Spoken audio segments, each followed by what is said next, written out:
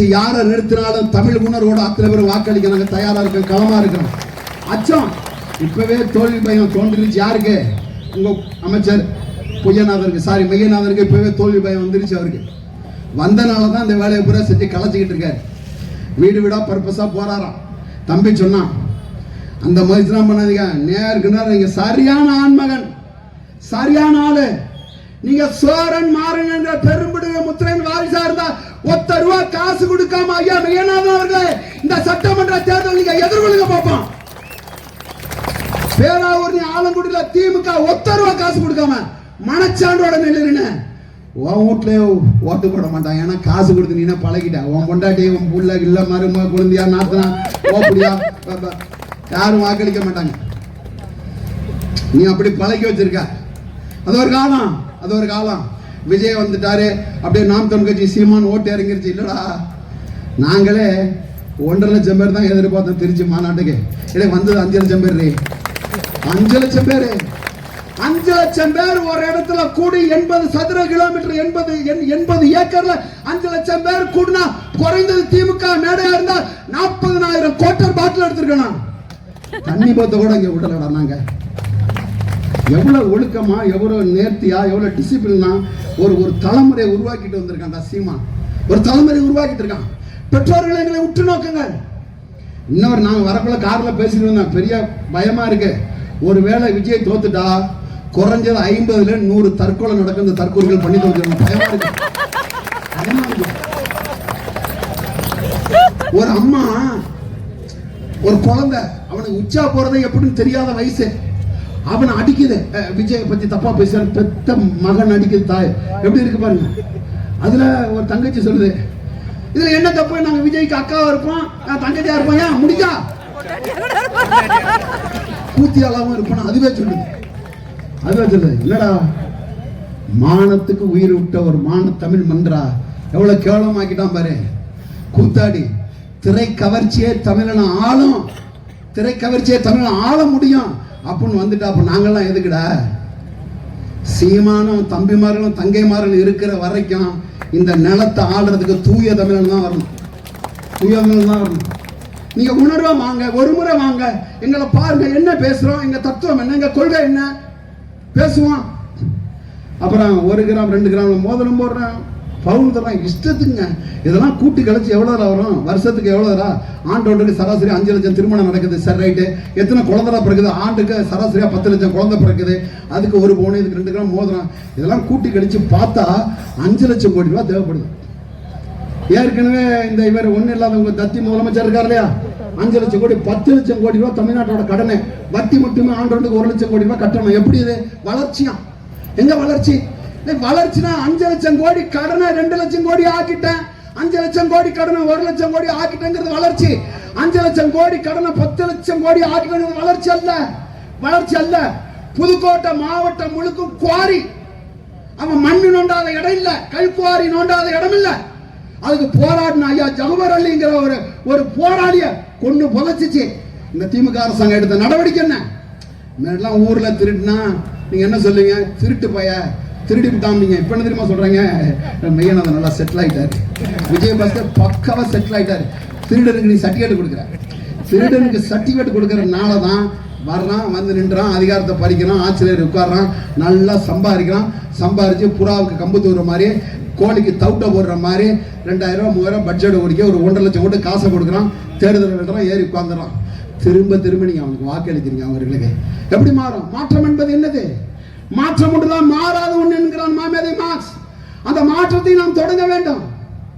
எப்படி இருந்தாலும் எங்களுக்கு ஒரு கனவு இருக்கு, எனக்கெல்லாம் பெருத்த கனவு இருக்கு. வனத்துறையை கையில் எடுக்கணுங்கிற பெருத்த கனவு இருக்கு, கல்வித்துறையை கையில் எடுக்கிற பெருத்த கனவு இருக்கு, சுற்றுச்சூழலை கையில் எடுக்க பெருத்த கனவுகளோட களமாடிய பிள்ளைகள், அடுத்த தலைமுறை பிள்ளைகளாக இந்த நிலத்தில் தூய காற்றுடன் தூய குடிநீருடன் வாழ வேணும் அப்படிங்கிறது தான் நாங்க. ஏங்க எந்த கட்சி சொல்லுது சொல்லுங்க? ஏங்க கச்சத்தீவுல விஜயோட நிலைப்பாடு என்ன? முல்லை பெரியாற்றுல உன் நிலைப்பாடு என்ன? பாலாற்றுல உன் நிலைப்பாடு என்ன? நீட்ல உன் நிலைப்பாடு என்ன? மொழிக் கொள்கையில உன் நிலைப்பாடு என்ன? தோளுல உன் நிலைப்பாடு என்ன? உன் நிலைப்பாடு தான் என்ன? எதுவுமே இல்ல. காரணம் என்ன? இந்த தற்கொலைகள் தான். ஒண்ணுமே இல்ல. பார்த்தாலே பயமா இருக்கு அவங்கள. எதுக்கு கத்தலாம், எதுக்கு விசில் அடிக்கிறான்னு தெரியல. அதுல ஒரு பெண்ணு சொல்றாங்க வந்து, யார் வீட்டுலதான் இல்ல, ஆமா நாங்கெல்லாம் 1 2 வச்சுக்கிட்டு அலையிறோம், யார் வீட்டுலதான் இல்லையா. அது அவரோட பர்சனல். என்னடா பர்சனல், எவ்வளவு பெரிய மனநோய் பாருங்க, எவ்வளவு அழகா சொல்றோம், எவ்வளவு கேவலமா சொல்றாரு பாருங்க. அவர் சொல்றாரு, சமீபத்தில் ஒரு பிரச்சனை வருது, அதை நான் பார்த்துக்கிறேன்னு சொல்றது கூட பிரச்சனை இல்லை, அது ஒருத்தே இல்லைங்கிறான். ஏன்னா பைத்தியமே, உன்னை அப்பன் ஆக்கினவடா சங்கீதா, உன்னை அப்பன் ஆக்கினவ, உன் பிள்ளைக்கு தாயா இருந்த உன்னோட கருவை சுமந்து நீ ஒரு ஆண்மை உள்ள உன்னை நிரூபித்த ஒரு தாயடா அவள். என்ன பேசுற நீ? பெண்ணை போட்டிருக்கிற ஒரு நாடு இது. மாதர்தமை இழிவிசையும் மடமே கொடுத்தவங்க போட்டக்கூடிய ஒரு நாட்டுல எப்படி இருக்கு பாரு. பெத்த பிள்ளைக்கே நீ அடைக்கலம் கொடுக்கல, கட்டின மனைவிக்கே நீ அடைக்கலம் கொடுக்கல, உனக்கு என்னடா லூசு மகளிர் தின கொண்டாட்டம்? உனக்கு என்ன தேவை? என்ன மகளிர் தினம் என்னன்னு தெரியுமா? அதோட புரட்சி எப்ப ஏற்பட்டதுன்னு தெரியுமா? எந்த ஆண்டு வந்ததுன்னு தெரியுமா? அதோட வரலாறு தெரியுமா? எதுவும் தெரியாது. வரலாற்றை படிக்காத ஒரு சமூகம் வரலாற்றை படிக்க முடியாது. புரட்சியாளர்கள் அம்பேத்கர். வரலாற்றில் எழுச்சி கொள்ளாத ஒரு சமூகம் ஒருபோதும் வரலாற்றில் விடுதலை பெறாது. லெனின். அதனால தான் எங்கள் மேதவே பிரபாகரன் சொல்கிறான், வரலாற்றை படி, வரலாற்றை படை, வரலாறாகவே வாழு என்கிறான். தமிழ் தேசிய இனத்தை கொண்டு வரலாறை நாங்கள் படைத்துக் கொண்டிருக்கிறோம். 2016 போட்டி போட்டோம் 1.1, 2019 போட்டி போட்டோம் 3.7, 2021 போட்டி போட்டோம் 5.2, 2024 போட்டி போட்டோம் 8.22. ஏன் நீங்க தோக்கலையான்னு கேட்கிறான். ஒரு ஓட்டு வாங்கினாலும் நாம் தமிழருக்கு வெற்றிடா. நாங்க ஒரு 0-2 தொடங்கினோம். 0-2 நினைச்சு பாருங்க. இந்தியா முழுக்க 38 மாநிலம், 38 மாநிலம். அந்தந்த மாநிலத்தை அந்தந்த மாநில மகன் ஆளுகிறான். கர்நாடகா ஒரு மான கன்னடத்தான் ஆளுகிறான். ஆந்திராவை ஒரு மான தெலுங்கன் ஆளுகிறான். குஜராத்தை ஒரு மான குஜராத்தி ஆளுகிறான். மங்காளியை ஒரு மான மங்காளி ஆளுகிறான். தமிழ்நாட்டை யார் ஆடுறா? யார் ஆடுறா? வெறும் 3200 குடும்பம் உள்ள பிற மொழியாளர் ஆடுறான்டா. மானம் இல்லையா? வெக்கம் இல்லையா? எனக்கு அதுதான். நீ எல்லாம் வீட்டுல அப்பா திட்டார், சொந்த பந்தத்தை திட்டான், பங்காளி ஏசிட்டான், பேசிட்டான், ஈகோ, அதெல்லாம் எங்களுக்கு பிரச்சனை இல்லை. எங்க நிலத்தை இன்னொருத்தன் ஆடுறாங்கிறது தான்டா எங்களுக்கான பிரச்சனை. அதுதான் எங்களுக்கான அவமானம். அவமானம், அது அவமானம். அதை மாத்த நினைக்கிறான், அதை மாத்த நினைக்கிறான். நீ எவன வேணாலும் திராவிடன் சொல்லிக்க. தமிழர்களை திராவிடன் நீ சொன்னியான அந்த வாழை செருப்பால் அடிக்கணும். யாரா திராவிடன்? மலையாளத்தான். மலையாளம் பேசுறோம் மலையாளிங்கிற, தெலுங்கு பேசுறோம் தெலுங்குங்கிற, கன்னடம் பேசுறோம் கன்னடங்கிற, குஜராத்தி பேசுறோம் குஜராத்திங்கிற, மராட்டியம் பேசுறோம் மராட்டிங்கிற, வங்காளம் பேசுறோம் வங்காளிங்கிற, ஒரியா பேசுறோம் ஒரியாங்கிற. தமிழ் பேசுற எங்களை என்னடா சொல்லணும்? நீங்க தமிழன் சொல்லணும். இந்த ஈன நாய்கள் என்ன சொல்லி வச்சிருக்கான்? திராவிடனா. எவ்வளவு பெரிய ஏமாற்று வேலை, எவ்வளவு பெரிய ஏமாற்று வேலை. நிக்கிறாங்கல்ல காவல்துறை சிறிய அதிகாரி டிஎஸ்பி கீழே உள்ளதான் நம்ம ஆளுங்க. SP, DIG, IG, ADGP, DGP எல்லாம் வட இந்தியா, எல்லாம் வட இந்தியா. அதே மாதிரி சீஃப் செக்ரட்டரி எடுத்துக்க, education secretary, finance secretary, agriculture எல்லா செக்ரட்டரி, எல்லா செயலாளர் பெருமொழியாளர். இந்தியாவிலே பிற மொழியாளர்கள் அதிகப்படியான அரசு வேலையில் இருக்கக்கூடிய ஒரு மாநிலம் தமிழ்நாடு. ஏன் தமிழ் இங்க இல்லடா? அதனாலதான் அண்ணன் சொல்றாரு, அங்கெல்லாம் மத்த மாநிலத்திலாம் பெத்தவன் அப்பனா இருக்கிறான், இங்க மத்தவன் அப்பனா இருக்கிறான். அதுதான் சிக்கல், அதுதான் சிக்கல். இந்த நிலை மாறணும். அதை நாம தான் மாத்தணும். மான தமிழ் பிள்ளைகள் நாம தான் மாத்தணும். இது அப்படிதான் வரும். இதை எடுத்து சண்டை செய்யணும். சண்டைடா இது. 4 முனை போட்டி, எந்த போட்டி இல்ல. திராவிடத்துக்கும் திராவிட தேசியத்துக்கும் தமிழ் தேசியத்துக்குமான சண்டை. இது போர், இது இது இது போர். இது தேர்தல் இல்லடா, இது தேர்தல் இல்ல, போர். எங்களை கடைசி ரத்தம், கடைசி மூச்சு இருக்க வரைக்கும் நாம் தமிழர்கள் சமரசம் இல்லாம நாங்க நிற்போம். விலை கொடுத்து எங்க வேட்பாளர் எவனையும் நீ வாங்க முடியாது. எத்தனை பேர் இந்த தற்கூரில் விஜய் வேட்பாளர்ல போக போறான்னு தெரியல, வேட்பாளர் வச்சு எத்தனை கொலை உழுவ போகுதுன்னு தெரியல, எத்தனை பேர் டயர்ல படுக்க போறான்னு தெரியல. எல்லாம் நடக்க போகுது, எல்லா வேடிக்கையும் பார்க்க போறீங்க. விஜய் சீமான முதலமைச்சர் ஆகாம அவன் இறங்க மாட்டேன்னு சத்தியமணி பனையூர்லயே படுத்து கிடக்கிறார். அவர் செய்யற செயலை மக்கள் உத்து பார்க்கறான். அந்த கிரேஸ் அப்படியே குறைஞ்சிக்கிட்டே வருது. அது விஜய் பேசிட்டு வந்த உடனே சாட்டை வளவழியை தேடுறாங்க. என்ன பேசுறாங்க? விஜய் பேசினா விஜய் பேச்சை போய் தேடுங்கடா, ஏட்டதுனாங்க அவர் சரியா கவுண்டர் கொடுப்பாருல, அதை போய் தேடுறான், வச்சு செய்யறான். ஒத்தாள் 250 கோடி ரூபாய் சரிச்சிட்டான். ஒத்தாள் சரிச்சிட்டான். அப்ப இத பாருங்க. அதுலயும் பர்சனலா கிரிட்டிசைஸ் பண்ண மாட்டோம். அவர் என்ன ஸ்பெல் பண்றாரோ அதுலேருந்து அவருக்கான கேள்வியை நாங்கள் தொடுக்கிறோம். பதில் சொல்ல முடியல. அதுக்கு என்ன பண்றோம்? விர்ச்சுவல் வாரியர்ஸாம், மறைமுக போராளிகளாம். மறைமுக போராளி, நீ ஒரு மயிர் போராளி. ஒரே திறனால ஆபாச குப்பையா இருக்கு. ஒரே ஆபாச குப்பை. ஆபாசத்துல நாம் தமிழ் கட்சி PhD வாங்கினவன் நீ சாக்கடையை திறப்ப, அடைச்சா நாங்க கூவத்தை திறப்போம்.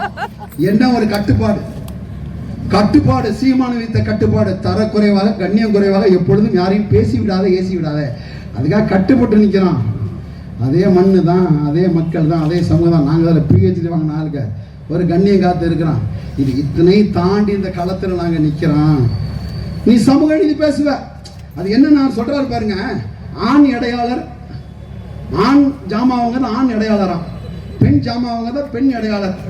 பெண்ணுக்கு ஊசி போட பெண் மருத்துவர், ஆணுக்கு ஊசி போட ஆண் மருத்துவர். பொம்பளை பிள்ளைக்கு பாடம் நடத்த பெண் டீச்சர், ஆம்பளை பிள்ளைக்கு பாடம் நடத்த ஆண் டீச்சர். அட பைத்தியமே, இது என்ன தெரியுமில? நம்ம போட்டோம்ல 117 பெண்கள் 117 ஆண்கள் சம கொடுத்தோம்ல, அதை கவுண்டர் பண்ண தெரியாம புத்துக்குடி முருகதாஸ் மாதிரி பேசிக்கிட்டு கவுண்டர் பண்ண தெரியல, எதுக்குன்னே தெரியல.